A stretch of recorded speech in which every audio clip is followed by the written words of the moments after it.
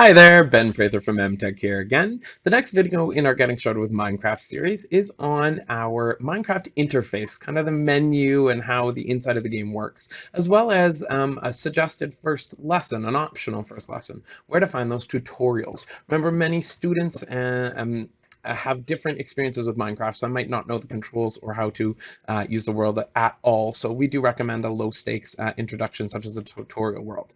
But let's learn all about how the inside of Minecraft Education Edition game works so that you can get it, know it better to help utilize it with students. Let's get going. So Minecraft, there will be a shortcut on your desktop. You can always search in the little search bar beside the start menu. When we open up Minecraft Education Edition, it's going to prompt us to log in using our Office account. Now, remember that you want to use your work account with this. So I'm going to click Sign In. I'm going to use my work account, and students would be using their ID number at school.ecsd.net. Teachers will use their first name last name at ecsd.net. And once again, make sure to select work or school account when signing in. It's going to prompt you to enter your password. And of course, enter the right password. Perhaps I went a little bit too quick there. And it's going to take us to the main menu here. We have the ability to switch accounts. This is where students, if you have a little bit of time, I usually direct students to change their wardrobe. It just changes what their avatar looks like. So while some students are still getting logged on, that can be kind of a fun little way that they can engage themselves if some students are a little bit quicker than others. Now we're going to click on play. This brings us to the main menu here. First section we have is View My Worlds. This is where your lessons, after you open them, will be saved, and this is actually where your worlds are saved. It is important to note that worlds are saved on an individual device. So if I move to a different computer, I won't have the same worlds, I won't have the same work or worlds or lessons available. They save locally on the device that they're on. So once again, if I switch devices, I won't have access to the same worlds. Next, we have our View Library area. This is where they have different challenges and lessons, a more limited selection than online, but still able to access quite a few of those lessons. You can actually see the preview for the coordinates lesson that I highlighted in our Accessing Lessons video. Next, we have our Create New. This is usually more used for gaming in Minecraft. This is where you create a new survival world. Now, although, actually, let's check that out. There are 3 different types of games. There is survival, creative, and there's another one called adventure.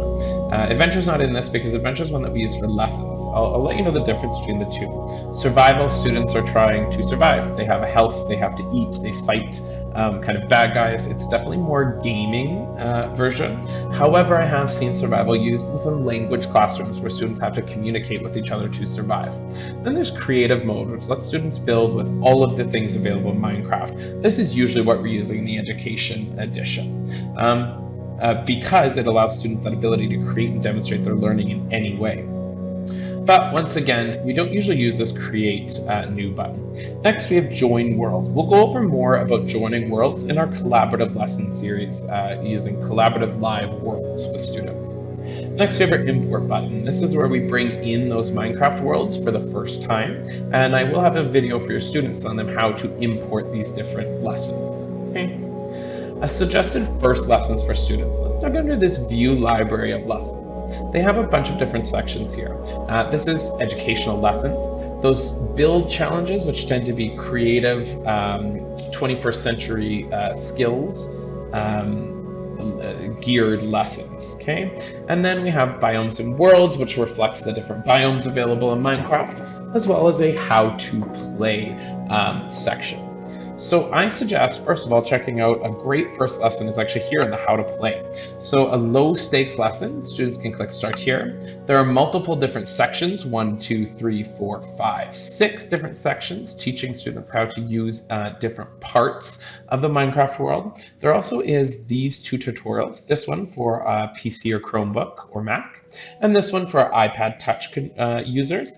This is a full lesson. It teaches all 1, 2, 3, 4, 5, 6 of these sections on how to move, how to place a brick, how to interact with blocks, and how to use the camera and portfolio, and how to use chalkboards. Again, all in this world. There's a little bit more in this world, but this is a great first lesson to use with students because it teaches them how to use the basic controls.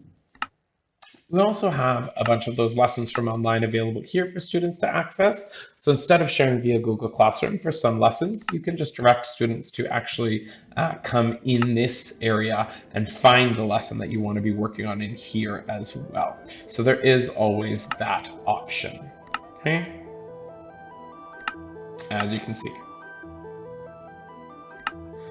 All right. Another optional lesson idea could be to start with one of these kind of funner build challenges. It's still a low stakes way for students to get used to the Minecraft world. If you didn't want to use one of those easier tutorials, you could try one of these. Build a better bedroom, build a campsite, build a Mars rover. I'll open one of these. Let's try to build a treehouse.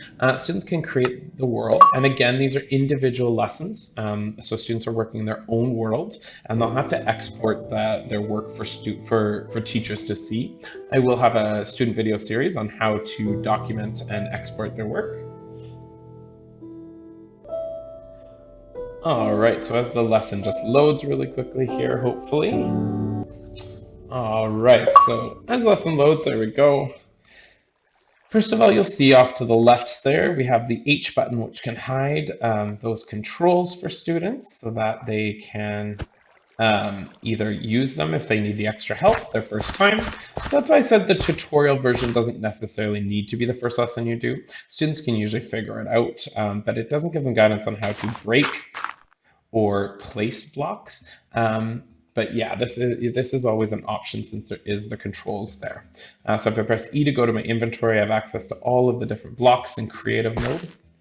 And again, this is a challenge to build a treehouse in this giant tree.